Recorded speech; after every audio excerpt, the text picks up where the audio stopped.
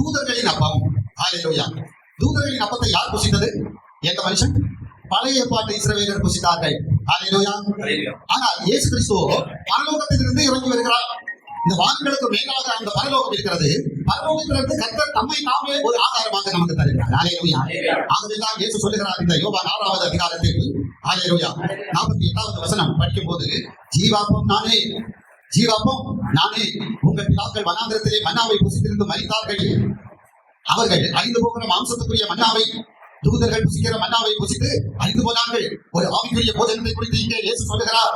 நித்திய ஜீவன் வரைக்கும் நிலைநிற்கிற ஒரு ஊழியத்தை குறித்து, ஒரு சத்தத்தை குறித்து, ஒரு ஆகாரத்தை குறித்து இயேசு பேசுகிறார். அந்த ஆகாரம் என்ன? அந்த வசனம் படி 51. நானே வானத்திலிருந்து இறங்கின ஜீவாப்பம். எல்லாரும் வாசிப்போம். யோவான் 6:51. நானே வானத்திலிருந்து இறங்கின ஜீவாப்பம்.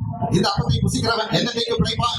நான் கொடுக்கும் அப்பம் உலகத்தின் ஜீவனுக்காக நான் கொடுக்கும் என் மாம்சமே என்றார்.